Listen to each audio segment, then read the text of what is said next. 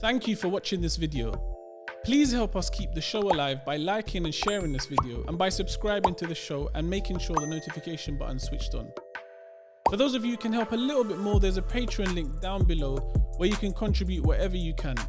Every little does help, and all the money will go directly back into the show. You can also keep up with our latest content on Instagram at The No Show Pod, as you can see on the screen. As you know, The No Show is an initiative designed to make academic research accessible to everyone. So do contribute to the conversation, leave some questions, have a discussion, and I'll make sure I get back to everyone. So Wen-chin, thank you very much for joining me on The No Show. I'm really pleased to have you. Just as a start, can you sort of introduce yourself to my audience and sort of let us know a bit about how you got to researching Orientalism and other, interesting pieces of literature? Okay. My name is Wen-chin Ouyang. I teach now at SOAS. I teach Arabic literature, comparative literature, and these days even post-colonial studies. I was born in Taiwan, but raised in Libya, educated in Libya and in the United States, right, in America, and now I teach in London. So my personal history is interesting, and that's is part of right why I'm doing what I'm doing. And sometimes I feel that when I think about what I want to do, right, with literature, I think it is an attempt to go home, to get home somehow. So let me start by telling you a little bit, an anecdote. I think you might want to edit this a little bit later. An anecdote about myself. When I joined the Department of Arabic and Islamic Studies in Tripoli, at the time, University of Al-Fatah, one of my professors who was Palestinian asked me, right, first day of class, I was probably not even 19, I was 18. And he said, right, do you know Chinese? I said, yes, right. And I was going to study literature and do comparative literature. And he said, can you read Chinese? I said, yes. Can you write Chinese? Yes. And he said, you're going to be the ambassador, cultural ambassador between Arabic and Chinese. And I took that to heart. So since I was 18, I have been trying to do Arabic and Chinese comparative literature, right? Bring Arabic literature and Chinese literature together. In Libya, it was not possible because nobody taught Chinese literature. And in China or in Taiwan, I'm from Taiwan, right? If I had wanted to do Arabic and Chinese comparative literature, I didn't think coming back to Taiwan would give me the opportunity to do it because very few people studied Arabic and Arabic was probably taught at a very rudimentary level. So I thought, I'm going to the US, right? The first world, the superpower of the first world. And since I was lucky enough to be accepted by Columbia University, I went there to study Arabic and Chinese. And during the first years, like in the US, the system is very different. You take 3 years of courses, you do your orals, your exams, comprehensives, and then you start writing your dissertation or thesis. So I did Arabic literature, and Arabic literature was not difficult for me because I had a very strong background in Arabic literature. So I picked up a lot of courses in Chinese. But when I came to writing the thesis, right, I had two advisors, someone in Chinese department, and of course, Pierre Kakia. And we'll talk about Pierre Kakia in a little bit when we talk about the piece on Orientalism. They both said, yes, if you want to do it, you can, but we don't really know how you can do it because we don't see interactions between Chinese literature and Arabic literature. Yeah. Can I ask why is that? Why did they feel that there is no interaction? Because at the time, comparative literature was about sort of like cultural encounters, right? The encounters between two literatures. So at the time when it was done, it was mainly about influence, right? So people who did comparative literature studied Arabic literature and the influences of European literatures on Arabic literature. Those who studied Chinese literature within the comparative literature, like studied European influences on Chinese literature. And it was very rare that you would find, right, people say Arabic, right, influence European, or Chinese influence European. I mean, later on, we had this Orientalism, study of Orientalia in Europe, but that's, again, influence, right?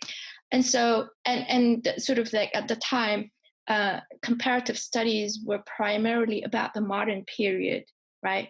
When you can see, right, the presence of Europe through imperialism and colonialism, of course, right, in, right, Arabic and Chinese literatures, right?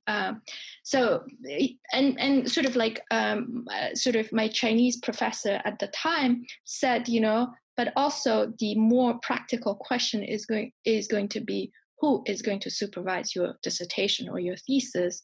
Because none of us would have the other, right? And two of them, since as a Chinese professor, I don't know Arabic, right? I can look at Chinese, and your Arabic professor can look at Arabic. But when you bring these two together, who is going to tell whether you're on or off, right? So I have been thinking about these issues since then, but I realize, right,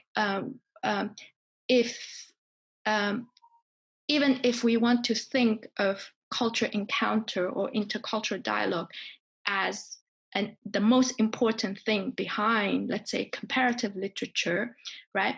It is not necessarily that there's no traffic between two cultures or two literary spheres, but it is more about how we do comparative literature that stands in the way of bringing these two together. So take, for example, I just talk about how we conceptualize language, right? If we think of it as pure, right, Arabic, because it's grammatical, right, then it is sovereign like a nation state. Nothing from outside can come in, right? But whereas if we think of it as open, fluid, right, and it absorbs other languages and it is inherently multilingual, right? But when things from outside come in because of grammaticality, right, language absorbs everything and transforms everything into something that is Arabic, right? And the idea of grammaticality comes from the work of a friend, Carla Maletti, who is teaching at Ann Arbor in Michigan, right? So she's talked about grammaticality, and also the Arabic language scholars have talked about the ways in which, right, the Arabic language absorbs, quote unquote, foreignness into its fabric, right, without giving away, right, that it has foreign sources. I mean, you have in the Quran, foreign words and so on and so forth, but they're really limited, right? Yeah. But in due course, in time, if I'm not the one who's witnessed this travel of something foreign into my language, 20 years later, 30 years later, nobody would have known. So let's say you're an Arab, right, from the 21st century, it would never occur to you that a democratia, for example, and democratia is obvious, right? Yeah. Certain words come from outside sources, right, from another language, another culture, because it disappears into your language. So if we begin to imagine language differently, right, as inherently multilingual, but also it's not just word and grammar, but also sound, right, also image, right, and if you think of the visualizing capacity of language, right, then the images that it captures comes from elsewhere. And a good example is objects, right?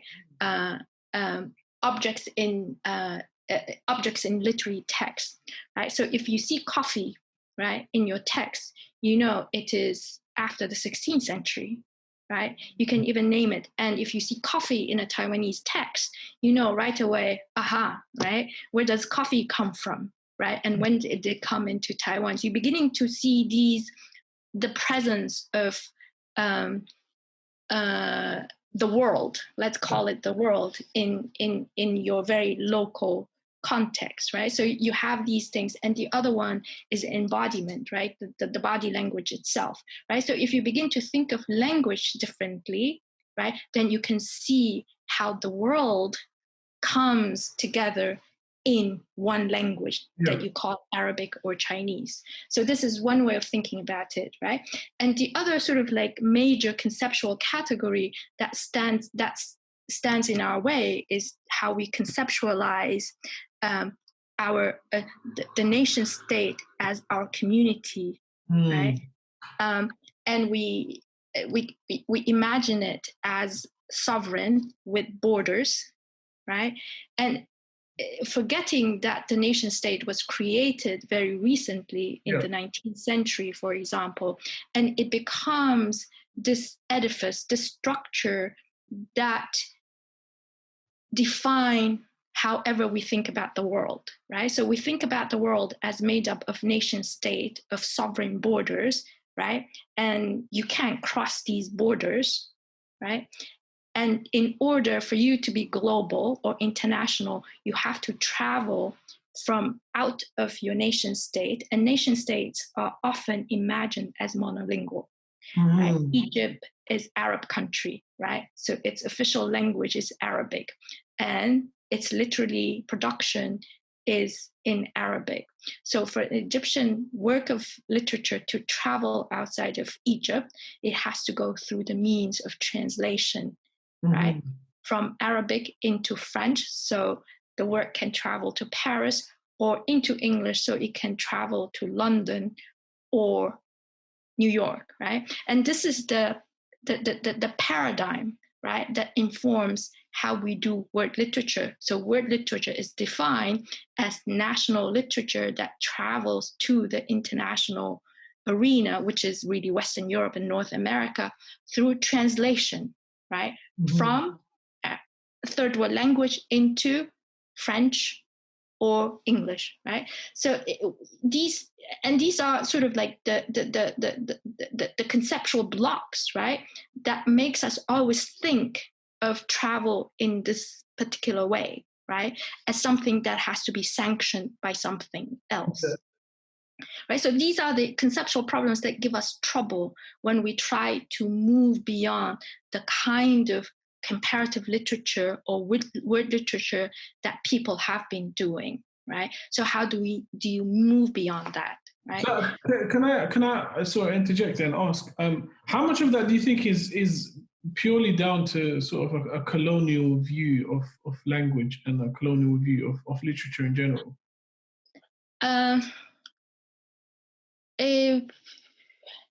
I wouldn't say colonial per se, so it's not per se, but it is definitely derived from Western European epistemology in the 19th century, right? We can think of the mapping, the colonial mapping of the Middle East, right? That the Middle East is mapped into its current nation states, right? That's definitely colonialism, part of colonial legacy, right? But how we think about it is responsive. If we think of it that way, as responsive to this mapping, then yes, it is colonial legacy, right?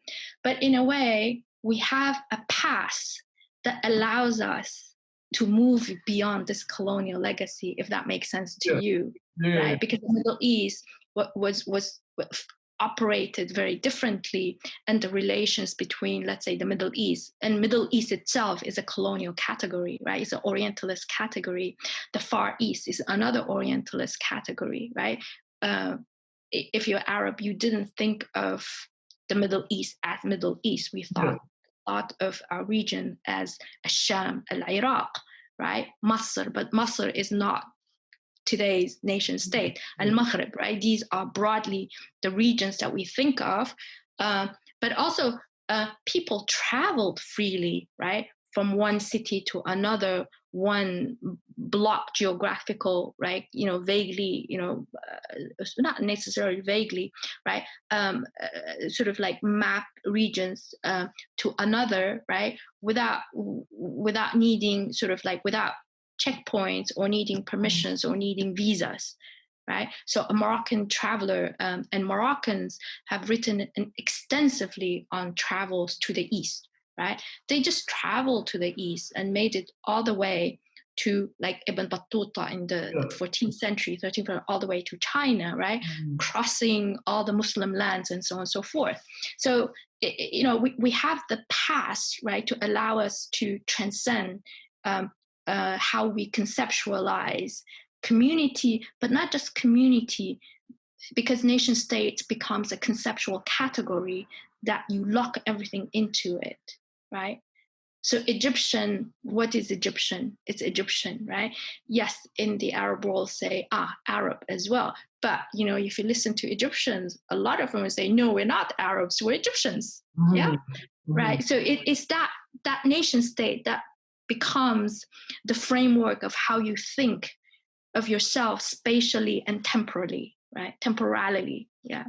I guess that also it takes form in literature. I guess you can see that evolution of the identity of being somebody who identifies as being sort of belonging to a particular nation at some point.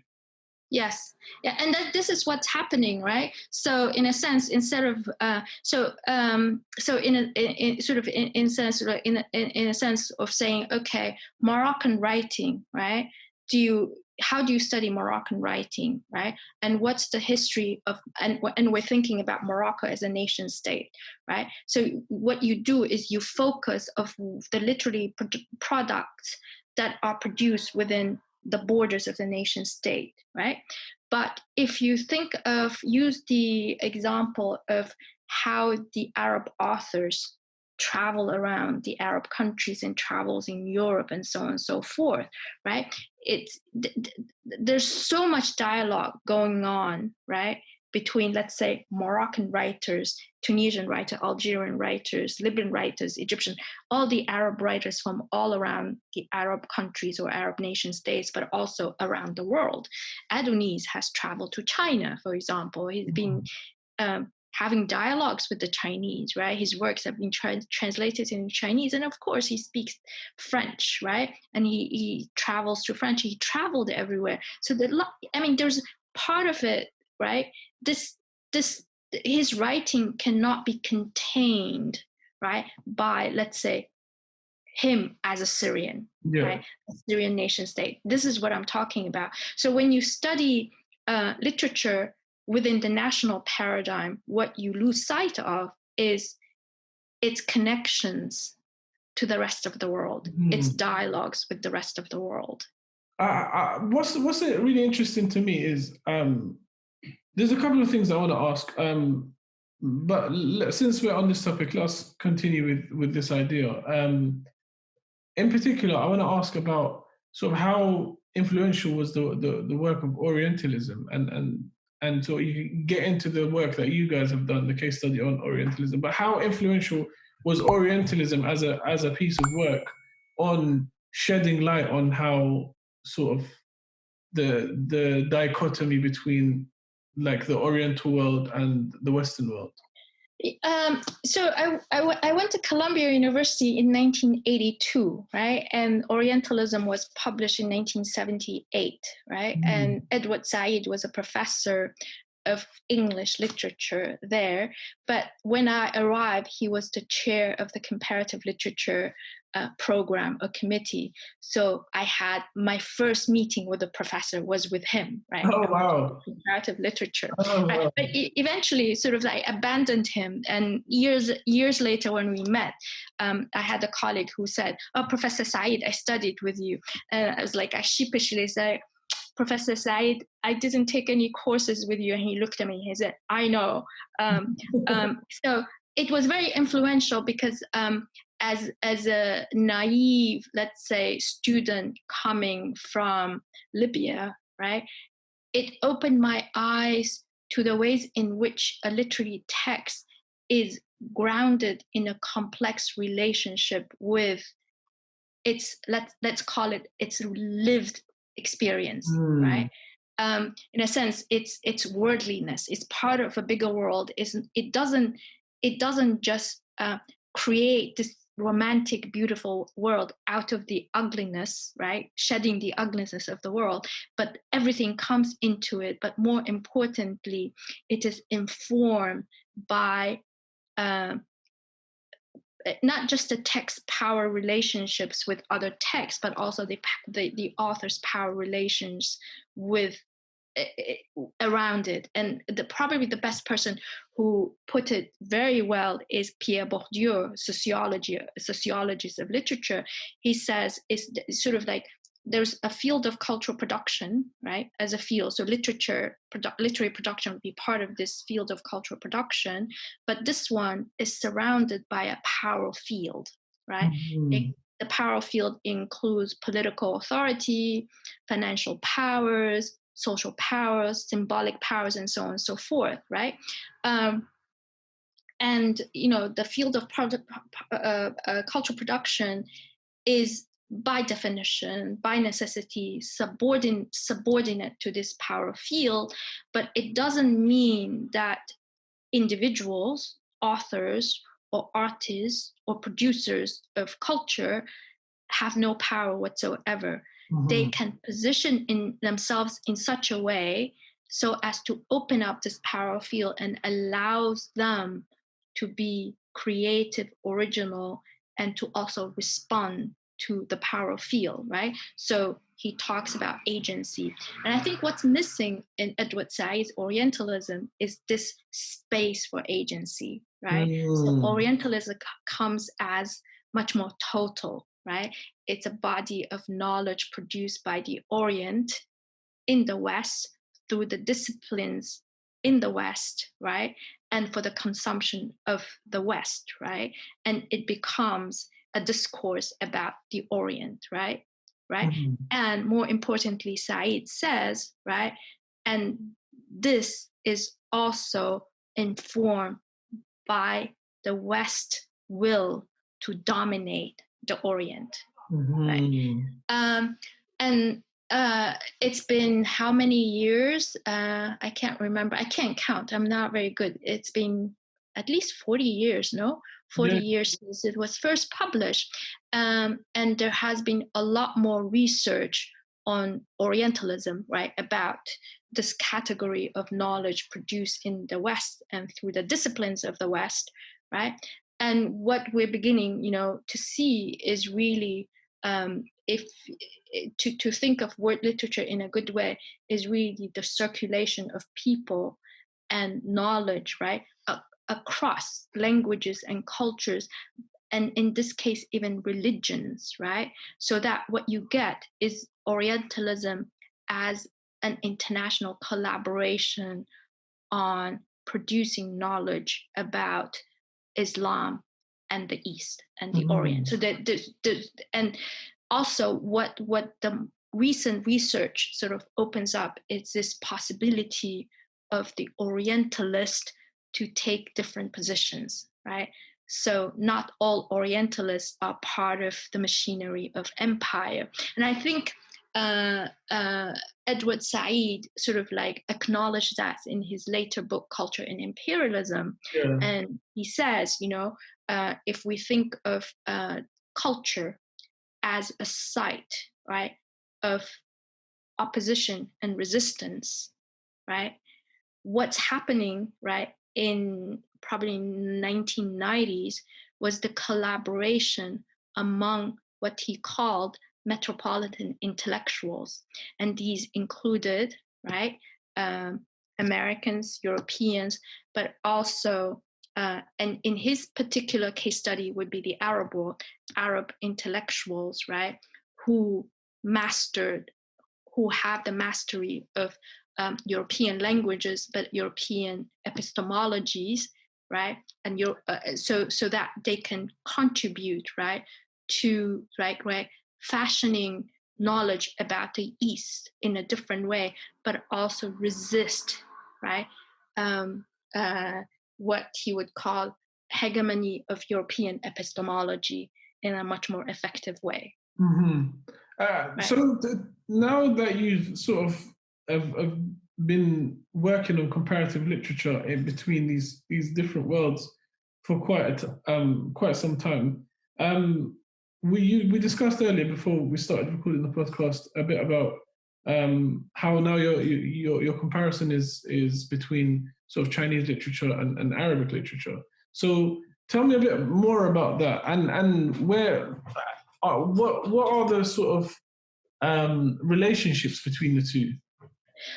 Okay, I haven't got quite there yet, but I'm getting there, right? So once we reimagine language differently and we imagine the ways we can do comparative literature and word literature differently, right? We can begin to use things that we find in literary text to open out the text into intercultural dialogue. And the intercultural dialogue does not necessarily have to be symmetrical, right? In terms of time, or in terms of geography, or in terms of language, or it doesn't have to be symmetrical. So recently I have been developing the idea of the Silk Roads of word literature, right? Okay. The Silk Roads, and I think it was so what and I probably let it slip about coffee and tea. So what I'm trying to think is if we can everything is multilingual in my brain right now, right?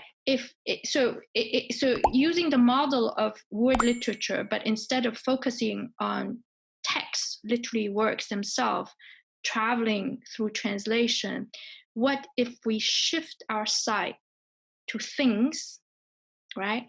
Ideas, things, people, ideas, ideology, and worldviews and languages that travel, right? And you can actually trace these in our literary text. So let's say things, right? Silk is one, right? So silk comes from China. So I have to pick two things, right? Things, one from China, one from Arabic. And they don't have to be symmetrical. So silk is interesting, right? For Huda Barakat, for example, Harith al-Miyah, the tiller of waters, right? Silk is the fabric of her prose, right? But also silk, she through her text, as she writes the history in her novel of cosmopolitan Beirut, right? Beirut, the cosmopolitan history of Beirut. She uses silk, right, to give you the history of silk and Beirut's relationship with import of silk and silk industry, right? Silk paraphernalia, right? In order to give you this texture of the city, the cosmopolitanness of Beirut city, right? So silk is interesting. So you can see, what's going on, right? So silk is not just a thing; it's the fabric of narrative, right? Yeah. Silk is interesting because everywhere it went, right, it also generated local farming and local industries and local cultures. Right. So in Syria, in the sort of 19th century, silk was very important part of economy, right, in the Levant, right? And that collapsed towards the second half of the 19th century, right? And the silk farming and silk export and silk industry supported the rise of a new kind of Arabic writing, right? And you find this in Elizabeth Holt's book, right? Silk Capital. And with the collapse of the silk because of French competition, right? Also, the new, right, intellectual writerly class moved to Cairo. And in Cairo, you have the cotton farming and cotton trade and cotton industry, right? So it's interesting that way, right? So silk is one. And the other one that I have looked at is jade, right? Jade is prized and valued in China, right? But itself comes from Central Asia. Okay. Yeah. So you think, oh, why, what, So in one of the Chinese women's novels, it's called, and she comes from a Muslim background. It's called The Muslim Funeral, right? Jade is the thing. Jade art, jade carving, jade history, right? Is the thing that brings the threads of narrative together in this novel, right? And this Oh, novel is about the history of Muslims in China. that's It's really amazing. interesting. It's amazing, isn't it? Yeah, Right? that's amazing. Yeah. So it is about thing is not just a thing. Thing is entire culture. Is the fabric of your writing. Yeah, yeah, And yeah. once you move to coffee, it's even more interesting because it's much more pervasive. Yeah. Right? So coffee comes from East Africa.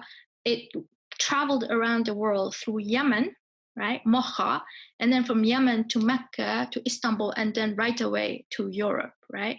But Cool. coffee, That's the root yeah, of the book. coffee is not just a bean or husk. It's not just a drink, right? It's an entire cultural institution, and it brings with it coffee house. Mm. And if you look at the coffee house in Naguib Mahfouz, right, Mm-hmm. it is the sort of home.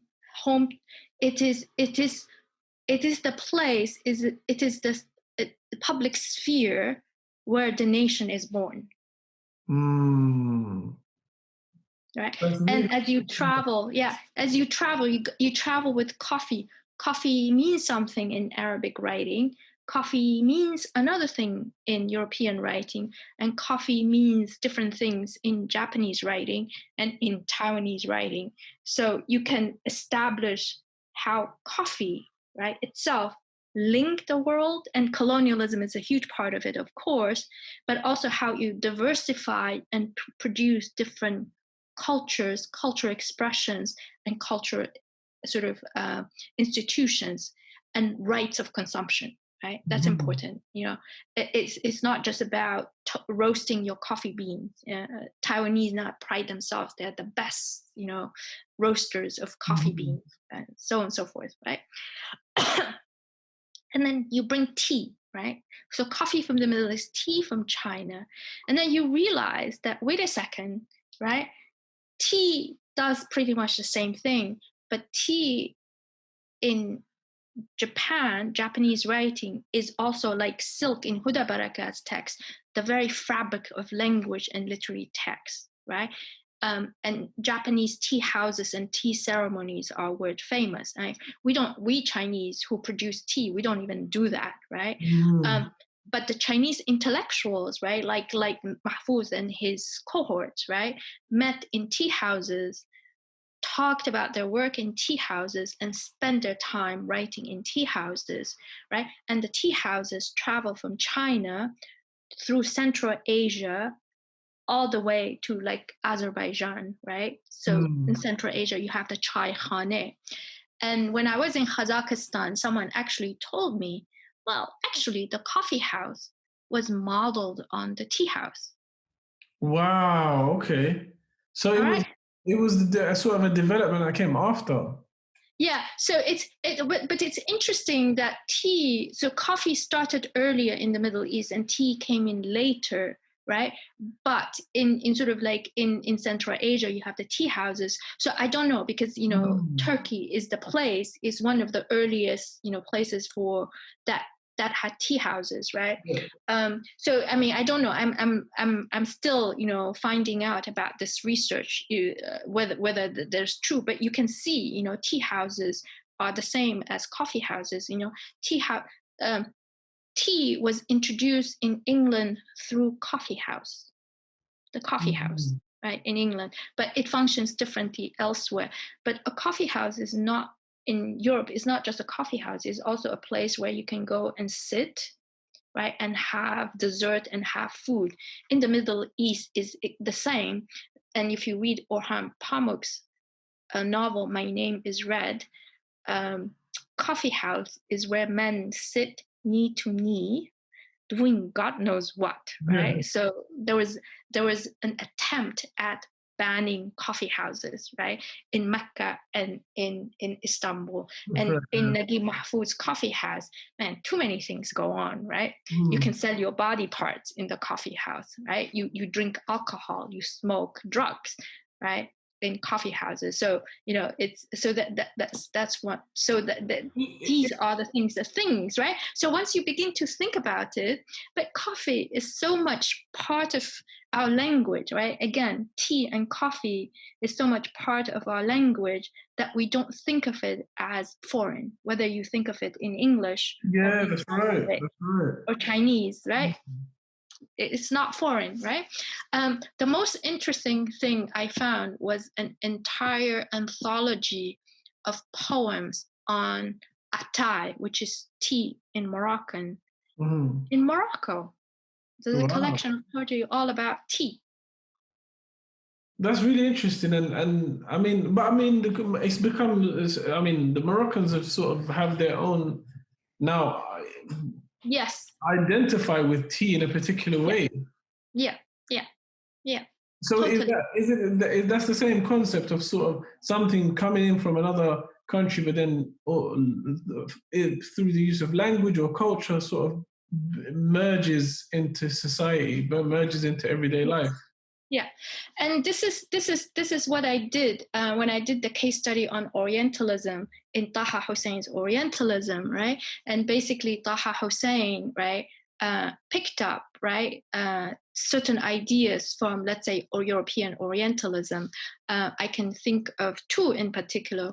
One is the idea that pre-Islamic Arabic poetry was not authentic, right? It was fabricated later, right? So this was one Orientalism. And the other one is, so this was, he used that, right, to say, can we trust, and this has something to do with Arabic studies itself, right? If we want to understand the language of the Quran, where do we go? Where do we turn to? We turn to pre-Islamic Arabic poetry because that's Diwan al-Arab, that's the repository of the Arabic language, Arabic poetry, Arabic culture, right? And sort of like Taha Hussein comes and he says, but we can authenticate that, right? So can we really trust that as a historical document or a document that gives us how Arabs used Arabic at the time the Quran was revealed, for example? So that he took this idea, right? And the other one is actually interesting because it's a more positive one, which is knowledge of ancient civilizations in Egypt and in Iraq and in Syria, right? Palestine, Syria, right? And he would use these, and these were all European discoveries, right? In Arabic books, you find mentions of these, but you know, it was the Europeans who deciphered these ancient languages and published the text and translated them into modern languages, right? So he sort of, Taha Hussein then used this new knowledge about ancient Egypt to say, but Egyptian identity is rooted in ancient pharaonic Egypt, not in sort of Arabic Islamic Egypt only. So in a way, right, so this Orientalism, if you take it, right, it's a body of knowledge that travels, right? But when it travels, it picks up different functions, right? Yes. Right. And its function is not determined by how the West saw the function of Orientalism, but by how local or native intellectuals saw its proper place, or its place, not necessarily proper, in the larger scheme of how they were imagining their community. So Taha Hussein comes in and says, right, so we have all this information now. I can tell you, like, Egyptian identity is multiple, right?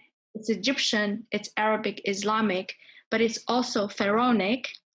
And more importantly, because of the Greek and relationship with the Greek, it is Mediterranean.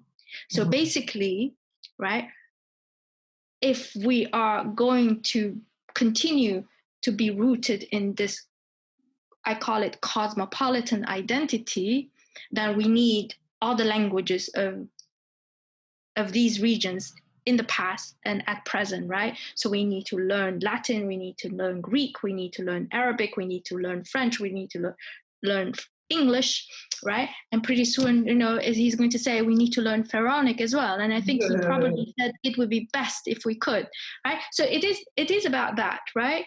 And he would say we're not just one thing, right? All these things, and this is what we want, right? And this is the future, مستقبل الثقافة في مصر, right? The future of our culture in Egypt, right? So this is so what I wanted to be able to do, right, with this case studies is again to show the dialogues that take place, right, even around something like Orientalism, right, and the ways in which, right, agency of intellectuals who even borrow the concept and borrow the paradigms or structures, right, use this, right, in order to fashion their own worldview, right? So it's part and parcel of all that. And the other thing I wanted to be able to do is really, and this is methodological and theoretical, is to restore the complexity of the context in which Taha Hussein was speaking, right? He was not just, he was responding not just to Europe, and he was not blindly imitating Europe, right? He was responding, right? And he was responding to the type of writing he was doing, right? He was not just writing an academic book, right? He was writing for the general public. He was writing for his colleagues, right? Right? He was responding to them, and they all came from different positions, right? And I wanted that, right, as part of a larger project of seeing Egyptian culture at the time, right? So it's the context of, and I think I talk about print culture, right? Its audience, right? And how complex, how nuanced, how rich it was, right? And I wanted to restore Taha Hussein to that complex, huge fabric, right? And the other thing I wanted to be able to do was also restore Orientalism to its original context, right? As part of Europe's discourse about itself, right? Okay. So Orientalism was part of European discourse about its own modernism and modernity, and Europeanism is always twined or twinned with something called medievalism, right? So these were othered, right?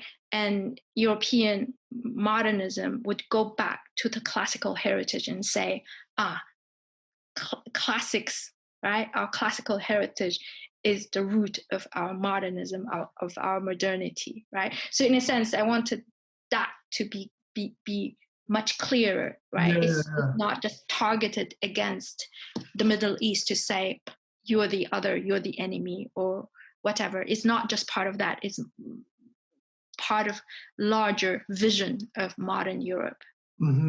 If that makes sense to you. I mean, that's fascinating in that just sort of this concept of Orientalism can take so many different forms wherever you take it, within regions and within sort of the like bigger sort of divisions.